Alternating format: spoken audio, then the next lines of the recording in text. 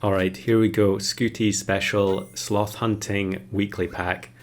I'm sure everyone is probably tired of seeing sloth by now, but I feel like I had to make a video about it. So I'd been struggling to get this going, but here we are, turn 22. I've got my angler, I've got my hammer shark, and I get matched with Paka, which is always nice, but even nicer, there's a sloth at the back. And it doesn't really matter that we're going to lose here because of the scorpions. We've still got a heart intact. So that means I get the chance to steal the sloth. And at this point in playing the weekly, I hadn't really worked out what the best way to do this was, and I make a whole load of mistakes here. For a start there, I sold stuff when I had maxed out gold, which is a pretty obvious mistake. And then here, I'm going to make an even bigger mistake, although we do get the sloth on the second angler. And then I think we get sloth again here. No, we don't. We do level up the angler to level 3 for the first time, which is kind of amusing. And here I was thinking about just selling the scorpions to recover the gold. However, I then make the colossal blunder of selling the level 3 anglerfish. And the reason I sold it is because I didn't realize that waffle is in the pack. So really you should just keep the level 3 angler while you've still got the gold. Roll down, buy, sell oyster, find more waffles. I don't think at this point I'd realized the mistake I made, but in the end, it doesn't really matter too much. I did find the sloth, which was really all I was interested in doing. And I should say that I had already decided beforehand that I wasn't going to use the weekly to get the level 3 sloth. It's perfectly fine if you wanted to do that, but for me, I just want to get one normally in one of the other game modes. This kind of feels like you're basically being given the level 3 ribbon for nothing. So, I mean, if you're a die-hard achievement hunter and you've done everything and you're down to the last sloth, I can definitely understand why you would want to use this method. Or maybe if you're a casual player and you feel like you just don't play the game enough that you're never going to find the level 3 sloth any other way. So here I'm not even sure what I was looking for. I guess I was just looking for more anglers. But of course, in order to find the last sloth, I would have to face another opponent with a sloth. And one of the main goals I had here was to try and put out as many teams as possible into the pool that had multiple sloths. So if you have 4 sloths, then the opposing team is guaranteed to be able to angle the sloth from you. And if you have, 2 or 3 sloths and a bunch of anglerfish, they're also guaranteed to be able to get it because you cannot angle another angler. So here I'm getting matched with this pteranodon. I guess they're trying to draw, except they've got the 1-up on the pteranodon at the back. So I'm not really sure what that was about, but we ended up winning. I would have rather drawn, but I suppose I did have the 1-up on the back unit as well. It's kind of a weird situation where you don't know whether or not you should use it. You want to draw with the other people who have the 1-up, but sometimes the opponent doesn't have the 1-up and you win by accident. So here's one where I had a 4 squad there and I put out the 4 squad hoping to draw, and it didn't happen. So it's 9 wins, 1 heart, and I'm just going to fill the whole team with snakes here. One of the other things I was trying to do was go for an entire shop full of the same pet, just because it looks really funny. So at this point I have worked out that the waffle allows me to just repeat the ability from the anglerfish, and we can just buy, sell the pteranodons to get some gold back. So now I just want waffle. There is catfish in the shop there, although I hadn't really graduated at this point to using catfish plus anglerfish, which I think is definitely the best way to go. Of course, you can, with this weekly, do the infinite gold setup. And I'll link to Haps' video in the description where he was in the process of doing that when he managed to steal a sloth from someone else. But I had decided I wasn't going to bother doing that. It's incredibly repetitive. And, well done to the people who did actually do that and helped start the chain reaction of all the sloths being copied across different teams. So now we've got the full five frozen snakes, but with the waffle we can extend that right to the end. Oh, okay, we're one short now. We've got 8 snakes. Of course, I do also have to sell the anglerfish eventually. So what I want to do is get another waffle in the last couple of rolls here. Of course, that's not going to happen because we've only got 1 food slot left.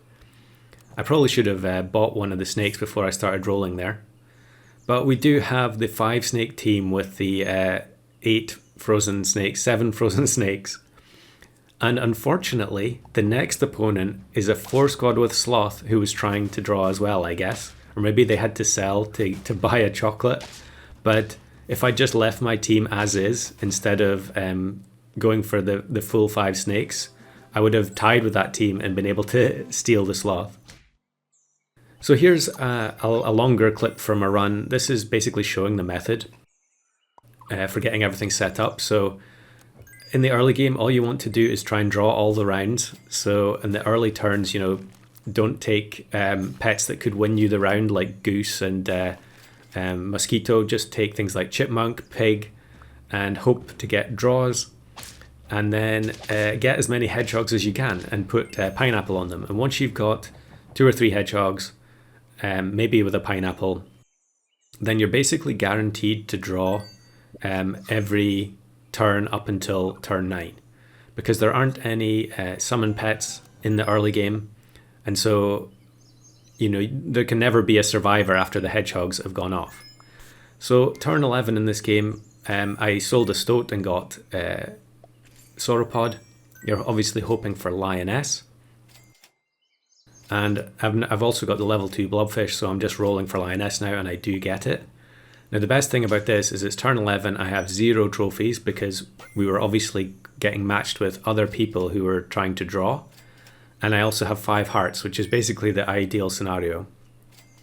This didn't happen to me that many times, to be honest, where I got into this position. A lot of the time I would have lost.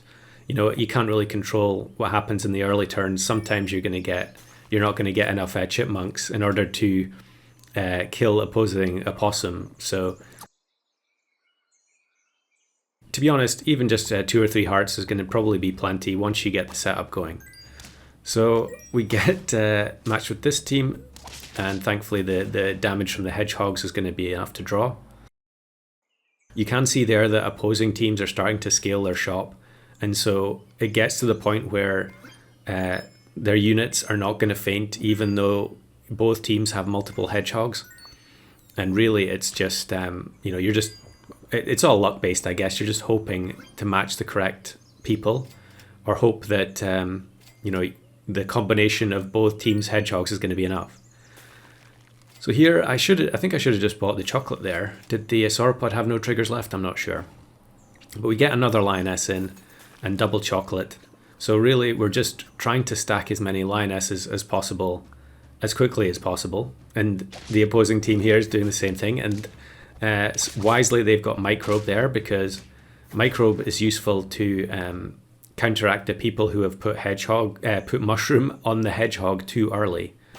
So in a situation where there's 2 teams, one with 2 hedgehogs with pineapple here, and the other team has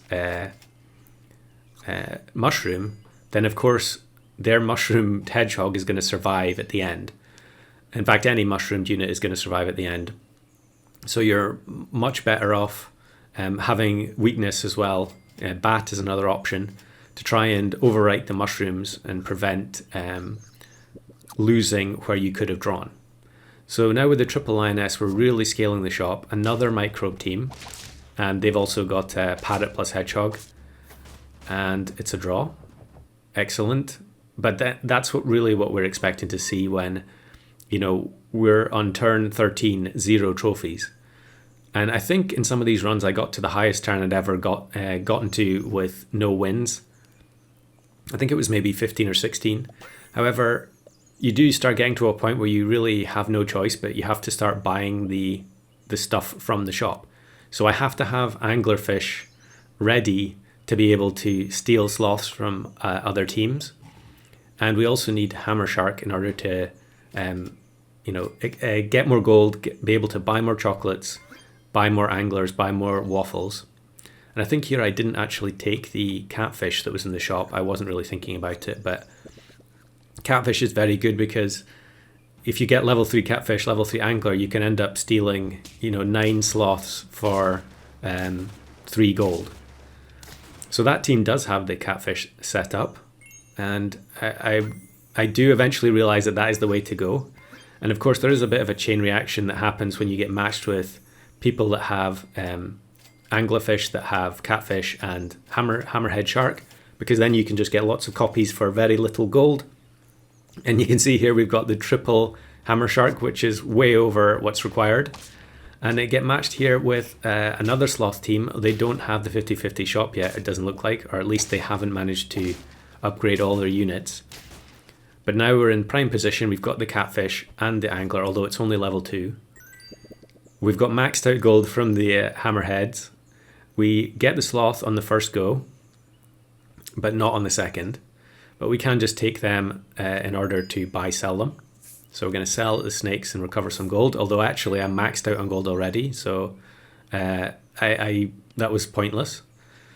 I had to sell the hammer sharks first, really, although I guess in that situation you're wasting gold as well. So I'm going to spend the gold on the waffles. We get oyster, which is also going to be useless because we're going to max out again. I'm very tentative here, though, having made all the mistakes in the previous run. I get sloth again. Unfortunately, because it's only the level 2 angler, we're only getting 2 sloths per go. And I buy the angler separately. I don't know why I did that. I should have just bought it on top of the level 2, because I would have managed to duplicate more sloths. So now I can sell some stuff. Buying the sloth doesn't cost anything, so it's not going to reduce the maxed out gold. Now I just need to roll for waffle. And we get it again, and more sloths are in the shop. It's definitely a very weird feeling seeing so many sloths at the same time. You can go weeks, if not months, without seeing one. Although I've seen quite a lot of them this month. None of them were 50-50, though, I can promise you that. So we buy another waffle, get another 2 sloths.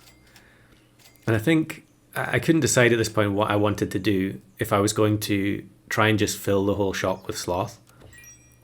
But of course that becomes impossible at a certain point. If you need to have the space to be able to find a waffle. And I think what I do in the end is I decide to go for a full team of level 2.66 sloths. So as I said, I didn't want to go for the level 3. I do already have the badge. But if I ended up with even one level 3 on my team and then accidentally won, I would unlock the ribbon, which I didn't want to do. So all I'm going to do now is keep the angler until we get to 9 wins. And then use waffles as often as possible to get more sloths. Of course, having sold all the hammerheads, now we don't have the gold to actually search for lots of waffles. So our odds of finding them are drastically reduced. This is pretty funny where I get matched with someone who's changed their username to Sloth next turn. I really hope they manage to get it in the end. I'm sure, if you were persistent, we're only on Wednesday, and I think almost everyone in the Discord has managed to get the sloth that they wanted, whether that's the level 3 or the hard mode ribbon or the 5 of a kind. So if you just stuck at it, you're sooner or later you're going to get matched with other people that had the sloth. I get matched with the exact mirror match where the opposing team has the full 50-50 sloth team plus mushroom, which is highly amusing. I've definitely seen 5 sloths versus 5 sloths before, but it was engineered in versus mode. We skip ahead here to turn 33 because I'm just rolling for chocolate at this point. And now we start getting matched with the teams that are really trying to win. So 1-up Scorpion. They've got Goose as well to make sure that the front unit only has 49 attack and can't one-shot the Scorpion. And we lose to them. In fact, that team, I actually got matched with that team many, many times in all the different runs. Here's a different one. Although this time they've got a microbe 1-up and they overwrite. I think, did we mess their lineup up there? Or did I just have 1-ups? This is not one where I've got eggplant. But again, here's another team with they're going for the level 3 sloth ribbon, and so they've got the 1-up scorpion plus goose plus cuttlefish, all the various strategies to try and guarantee the win. Although I guess it's not a guarantee if you keep getting matched with other people doing the same thing. But eventually on turn 37 I get matched with this team. I don't know how this team is still alive on turn 37, but they haven't been doing any sloth hunting. They've just got a relatively normal team, all level 3s I think, and we actually end up winning too soon. I was 5 chocolates short of the full 2.66 team. So went back to the drawing board. Although I'd already had the 5 sloth win, it's kind of addictive, and this is like a one-time opportunity, I would imagine. So here's one where I get to matched with someone who does have sloth, but they have the double 1-up on the tapir, and my draw setup isn't good enough to do anything. I needed 1-up on the badger there. Of course, I was trying to draw, so I didn't have the 1-up. And then here I actually get matched with, I think this is Asparagus from the Discord with the 5 sloth team. And it's a tie because of the microbe. And that means I can now start copying the sloth. And we've got the level 3 catfish, level 3 angler here. And it's so funny to be presented with the 2 options of just sloth. So I think I'm going to skip ahead here, or maybe I'm going to do it on the next battle. But this does show that I didn't actually have the 50-50 shop. I hadn't really noticed. But of course, we can combine the sloths to get them all up to 50-50. And then buy the waffle. And I'm just going to start leveling them as well. Again, I'm very tentative. I'm not sure why. Because there's no risk involved with the waffle. We're guaranteed to get sloth every time. And yeah, I think I'm going to skip ahead now. Okay, here we go. And then I buy a can so that the sloths in the shop that were all 49.49 are 50-50 like their teammates. And now it's just back to rolling for chocolate. But here we're 9 wins, 1 heart, turn 30. And again, I get matched with opposing sloth, and they have a bunch of scorpions with 1-up. And I mentioned in the Discord, I wasn't really sure why they would be doing that when they're trying to draw as well. But I guess it's just it's like rock, paper, scissors. You don't know if you're going to get matched with someone else who has a team with like no equipment or just 5 50-50s, or a team that has all 1-ups and goose and scorpion. So I think at this point I was just playing around, and I'm giving soft ice to the sloths, and then the one in the middle gets a donut as well. There's not really anything else we can do. And another scorpion team, although they don't have 1-ups on the scorpion, they do have 1-ups on the badger. So I don't know what that team was doing either. I guess they were just playing normally. And here's one with a full level 3 team with level 3 microbe. And we get matched with an actual natural sloth 1-1 on turn 27. It's crazy that this team is still alive. They've got the hedgehogs plus toad to draw. However, they can't quite do enough damage because I presume the sloth replaced the 4th hedgehog. And that's why that team was still alive on turn 27. But kind of fun to see a sloth that hadn't been stolen from someone else. And again here, I'm trying to go for the I think I was going at this point for the full, I was trying to show that you could get a full level 3 team. However, I kept getting really poor RNG on the waffles on the anglerfish. But you can see here, turn 27, I've only had a few turns here with farming sloths. And it's almost guaranteed that someone is going to be able to get the full team of level 3 sloths. And there we lose to another person trying to win because they're going for the ribbon. But the most important thing was getting matched with other people. So here is Raz in hard mode, getting matched with my 2.33 team, and he ends up getting the hard mode ribbon as a result. And then here's an example of someone copying the sloth from me. I think it's Andre. and then going on to get the level 3 ribbon. All right, lastly, we've got this extremely technical diagram of the sloth family tree. We've got Andre at the bottom, and then me 1 generation back, and Paka 2 generations back. The question is, did Paka get the sloth from someone else? In which case we could maybe trace the tree even further back. Or did it come from tapir, pteranodon, oyster infinite? Or maybe it was from hamster, hammer shark just rolling forever. Or maybe Paka just found the sloth as a 1-1 and raised it up to be a 50-50. I'd love to know in the comments. And if you managed to get the sloth from any of us, do let me know in the comments below.